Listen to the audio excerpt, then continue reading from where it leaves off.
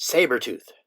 The very name conjures up images of the most terrifying predator of the Ice Ages, a giant muscle-bound cat with wicked, dagger-like teeth, with like a mouth equipped with steak knives. Nothing smiles like a smilodon. Many people are fascinated with saber-toothed cats, which are not tigers. They are not at all closely related to tigers. Lots of research has been done on them.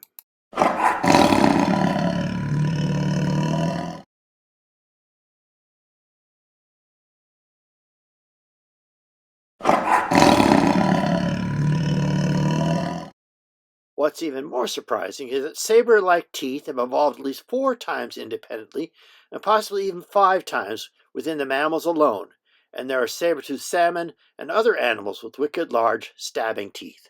The first time saber-like canines evolved was in the proto-mammals, which used to be incorrectly called the mammal-like reptiles. About 270 million years ago, Tierra-Hudens lived in what is now Brazil and sported the first pair of huge fangs. Even though it had huge, protruding canine teeth, the rest of its teeth indicated it was a herbivore, one of the few examples of saber-toothed animals that were not predators. Since it didn't kill prey with the sabers, the teeth must have been used for display or fighting off rivals. Another saber-toothed proto-mammal was the 11-foot-long Inostrancevia from the late Permian of Russia and South Africa, in beds around 255 million years old. It was a member of the gorgon beasts, or Gorgonopsia, a bear-sized predator and the largest predator of its time, capable of killing and eating almost every other mammal in the landscape. Another Gorgonopsian from the same bed, Smilosaurus, had the longest canine teeth of any saber-tooth ever. These lineages all became extinct, but one of their close relatives evolved into mammals about 200 million years ago. Now let's look at the multiple times the saber-like teeth appeared in at least 4 and possibly 5 unrelated groups of mammals. The first of these was Thylacosmilus, a pouched marsupial from South America related to opossums that lived from about 8 to about 3 million years ago. If you can imagine a possum with fangs, that's Thylacosmilus. It vaguely resembled saber-toothed cats with its large canines, but the lower jaws had huge flanges on them to protect the sabers when the mouth is closed. In order for their mouth to open wide enough to clear these enormous sabers, all saber-tooths had lower jaws that could swing open more than 90 degrees. Truly jaw-dropping. However, Thylacosmilus also had features other saber-tooths lacked, such as no upper incisors, sabers which are triangular in cross-section rather than narrow blades, and blunt cheek teeth, suggesting it could not slice up tough tissues, but ate softer diet restricted to meat, and its canines are not as fragile as those of other saber cats. Some researchers suggest it had a weaker bite force than saber-toothed cats and may specialize in slashing the soft underbelly of its prey and eating entrails. So in important ways, Thylacosmilus was very different from cats, and its saber-tooth an example of extreme convergent evolution. The second example of saber-tooths occurring in mammals were a flesh-eating group of mammals known as creodonts. These animals are distantly related to true carnivorans, but occupied the predatory niche from about 63 million years ago and remained the top predator until the evolution of cats and dogs around 30 million years ago. Among these creodonts were Macharoides and Apatylurus from about 50 million years ago in Utah and Wyoming, and Diegoelurus from about 42 million years ago near San Diego. All these had well-developed saber-like canines. Their lower jaws had relatively small flanges on them protected the sabers when the mouth was closed. By 39 million years ago, the saber-toothed creodonts had vanished. True cats are members of the Feliformia branch of the carnivorans. But before cats evolved, about 40 million years ago, there was a group of false cats, or pseudo-cats, or more properly, the family Nimrabidae. Nimrabids are originally mistaken for cats because their teeth and skull shape are very similar. But the details of the brain case and middle ear region show they are not cats at all, but very primitive carnivorans. Some think they're even closer to the dog and bear branch of carnivorans, or Caniformia. Their teeth are another example of extraordinary evolutionary convergence brought on by a strictly meat-eating diet. And the development of sabers is an additional further convergence on saber-toothed cats. Yet they are fundamentally different from cats in many ways. They walk flat-footed on the palms of their hands and soles of their feet and not on the tips of their toes, like cats and all other carnivorans do. The earliest known genus, Pangerban, occurs in beds in 40 million years old in San Diego. In the Big Badlands, South Dakota, in beds from 37 to 31 million years old, yield Dinictus, the dirk-toothed nimravid, which had short, thick, straight fangs, and Hoplophonius, which has the classic long, narrow, scimitar-shaped canines.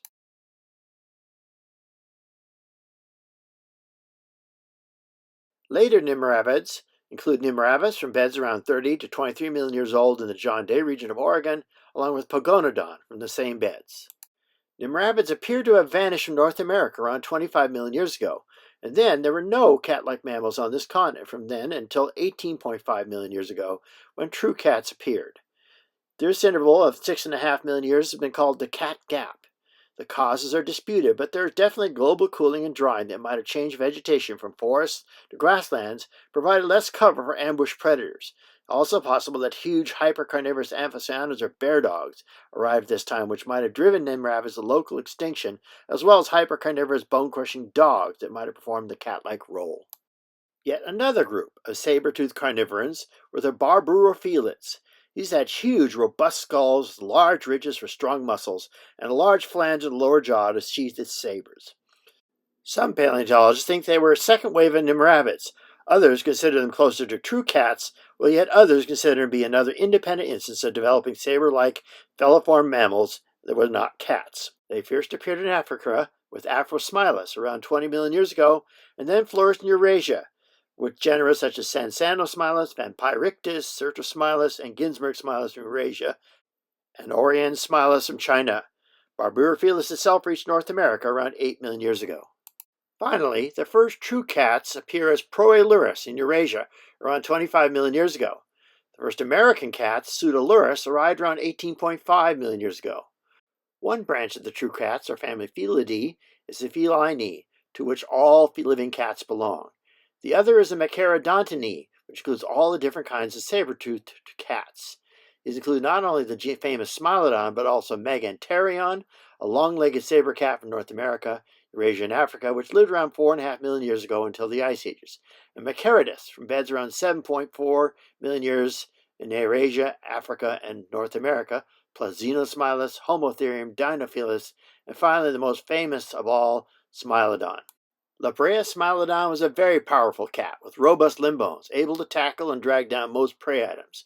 It was long thought that they preyed mostly on bison, horses, and camels, but more recent chemical analyses of their teeth suggest they fed largely on forest-dwelling mammals such as deer, tapir, and peccaries, while the wolves preyed on the big prey in open habitats. Go. This is the skull of a La Brea saber-toothed cat. As you can see, it's quite a large skull. It's a large animal. The lower jaw is different from many of the other saber-tooths in that it has a very small flange where the sabers would insert. What's striking about saber-tooths is they all had to have a lower jaw that could drop almost 90 degrees to the skull in order to create enough of a gap between the tips of their sabers and their lower teeth. Several species of Smilodon are recognized. The first to be discovered and named was Smilodon populator from Brazil, the biggest species known, named by the Danish paleontologist Peter Wilhelm Lund in 1842. In 1869, the large North American species Smilodon fatalis was named by Joseph Leidy, and this is the one found at La Brea tar pits. Finally, there is a smaller species, Smilodon gracilis, best known from Ice Age beds on the East Coast. Smilodon not only attacked herbivore prey species, but there are many specimens that show scars from fights with their own species, including puncture wounds on the top of the head made by saber-like teeth. So the saber-toothed body form has occurred many times, from the marsupial, Thylacosmilus, to the creodont Machaeroides, to the nimrabid Hoplophoneus, to Barburophilus, and finally to true cats like Smilodon. Clearly, being a saber-tooth was a successful way to live, if it evolved over and over again for at least 4 to 5 times in just the mammals. So why are there no saber-tooths today? We don't really know, but the last of them died out at the end of the last ice age along with most of their large mammal prey. Whatever the reason, there are no saber-tooths alive now to stalk us, as our ancestors in Africa once had to worry about. The big cats are reduced to lions, tigers, cheetahs, leopards, cougars, jaguars, and smaller species, and humans rarely have to fear them anymore. If they still lived, they would be the stuff of our nightmares.